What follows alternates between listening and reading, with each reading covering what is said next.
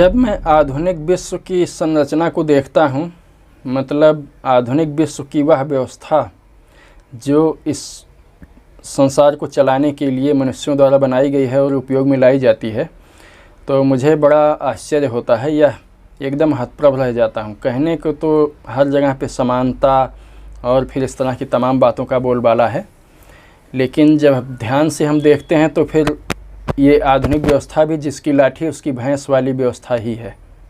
यह व्यवस्था भी जिसकी लाठी उसकी भैंस वाली व्यवस्था ही है। मुझे देखकर बड़ा आश्चर्य होता है।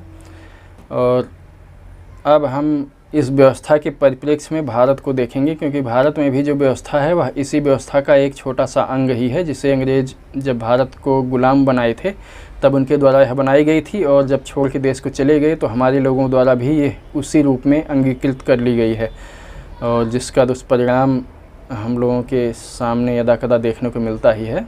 यूरोपीय देशों और अमेरिका द्वारा पूरी दुनिया को नियंत्रित कैसे किया जाता है, इस व्यवस्था को किस तरह से नियंत्रित करके अपने लाभ के लिए एशियाई और अफ्रीकी देशों का इन देशों के द्वारा उपयोग किया जाता है, यह हम देखने का प्रयास करते हैं। पूरी दुनिया पे ये लोग नियंत्रण करते हैं। पहला तो है हथियार। अमेरिका जो है हथियारों के दबदबे के बलबूते पर अपने दुनिया को भयग्रस्त करके उस पर नियंत्रण रखता है, पूरी दुनिया पे अपनी तानाशाही कायम करता है। दूसरा है इंटेलिजेंस। इनकी इंटेलिजेंस व्यवस्था इतनी अच्छी है कि पूरी दुनिया में जहाँ भी कोई भी सरकार इनके देशों के खिलाफ कोई चाहे अपने देश के लोगों के अनुकूल हित में कोई जब काम करने लगती है जिससे इनकी व्यवस्था पे चोट पड़ने लगती है, तो फिर वे इंटेलिजेंस के माध्यम से उस देश में दंगा फसाद करा देंगे, तख्तापलट करा देंगे, या फिर उस देश के राष्ट्राध्यक्ष की हत्या भी करवा दे सकते हैं, यहाँ तक करवा दे सकते हैं। तो इंटेलिजेंस के माध्यम से भी दुनिया पे अमेरिका और पश्चिमी देश पूरी दुनिया पे दबदबा अपना कायम रखते हैं, विशेष तौर पे अमेरिका। तो हथियार हो गए, इंटेलिजेंस हो गया। फिर अब आजकल जो है मेडिकल मार्केट, जो एलोपैथी का मेडिकल मार्केट है, यह भी पूरी दुनिया पर पश्चिमी दबदबे को कायम रखने के हथियार के रूप में प्रयोग किया जा रहा है, जिसमें भारत ने भी इन लोगों को अच्छी खासी चुनौती देना शुरू कर दिया है वैक्सीन और इन सब के क्षेत्र में, जिसमें इनका एकाधिकार था। भारत उसको तोड़ने के प्रयास में लगा हुआ है। तीसरा आता है तेल। तेल के द्वारा भी ये लोग पूरी दुनिया को नियंत्रित करते हैं। तेल के द्वारा ही अमेरिका के डॉलर की अर्थव्यवस्था निर्धारित होती है, उसका मूल्य निर्धारित होता है, और फिर पूरी दुनिया को डॉलर के बलबूते पर, डॉलर की अर्थव्यवस्था के बलबूते पर अमेरिका अपने शिकंजे में रखता है। तो तेल हो गया, मुद्रा हो गई, मेडिकल हो गया, इंटेलिजेंस हो गया, हथियार हो गए। ये 5 चीज़ें हैं जिनके बलबूते पर अमेरिका और पश्चिमी देश एशियाई और अफ्रीकी देशों को अपने शिकंजे में रखकर उनका शोषण करते हैं। इन देशों के संसाधनों का ये लोग अपने देश के उपयोग में लाने के लिए दोहन करते हैं। इसके लिए ये इस तरह की तमाम समझौते, व्यापारिक समझौते और ये सब कराए हुए हैं WTA के समझौते के तहत, और इस तरह से ये इस मुद्रा व्यवस्था और तमाम व्यापारिक समझौतों के बलबूते पर भारत जैसे एशियाई और अफ्रीकी देशों का शोषण करते हैं। उन ऐसे तमाम जो संसाधन संपन्न देश हैं, इन देशों के संसाधनों को मिट्टी के भाव लूट करके ले जाते हैं और फिर उनसे वस्तुएं बनाकर उन्हीं देशों को बेहद महंगी दरों पर बेचते हैं। पहले ईस्ट इंडिया कंपनी और ये सब पश्चिमी कंपनियां भारत में आकर भारत के लोगों को गुलाम बनाकर यह करती थीं। अब यह काम मुद्रा व्यवस्था और आधुनिक व्यापारिक व्यवस्था के समझौतों के द्वारा किया जाता है। अब आप सोचते होंगे कि यह बात हम लोगों के दैनिक जीवन से किस प्रकार से संबंधित है।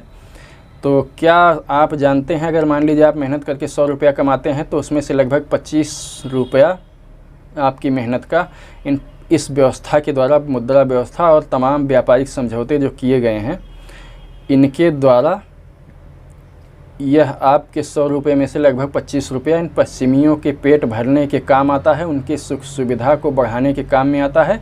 वह आपके किसी उपयोग में नहीं आता है। इस व्यवस्था के द्वारा वह छन करके उनके पास पहुंच जाता है। ये जो व्यवस्था ऐसी बनाई गई है, मुद्रा व्यवस्था और तमाम व्यापारिक समझौते ऐसे किए गए हैं।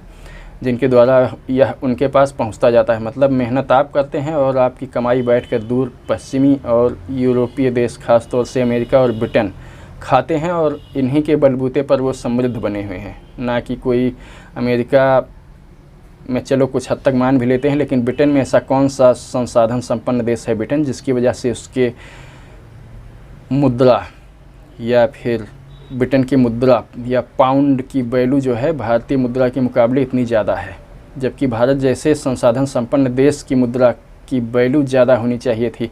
अमेरिका भी इस हिसाब से संसाधन संपन्न नहीं है इतने अच्छे ढंग से जितने अच्छे ढंग से भारत है, और फिर भी इसकी मुद्रा के मुकाबले अमेरिका की मुद्रा बहुत ज़्यादा महंगी है। यह इन्हीं तमाम तरह के एक तरफा पश्चिमी हितों वाले व्यापारिक समझौतों और उनकी मुद्रा व्यवस्था के द्वारा इस स्थिति को बनाया गया है।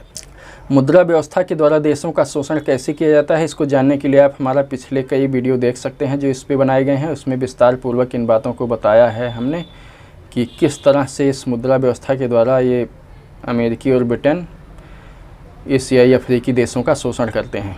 तो उसमें बहुत ज़्यादा अलग से आज कुछ कहने की आवश्यकता नहीं है।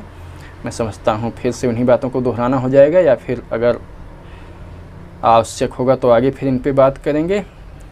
लेकिन इस मुद्रा व्यवस्था के द्वारा ही हम लोगों की मेहनत का धन या फिर सुविधा जो होती है वो आराम से पश्चिमी देशों को चली जाती है, और उस पर ये मौज उड़ाते हैं, और फिर हमें ही आँख दिखाते हैं कि तुम तो गरीब हो, तुम मेहनती नहीं हो, तुम काहिल हो, तुम जो है प्रतिभाहीन हो, तुम में रचनात्मकता नहीं है यह करने की वो करने की, इस तरह से।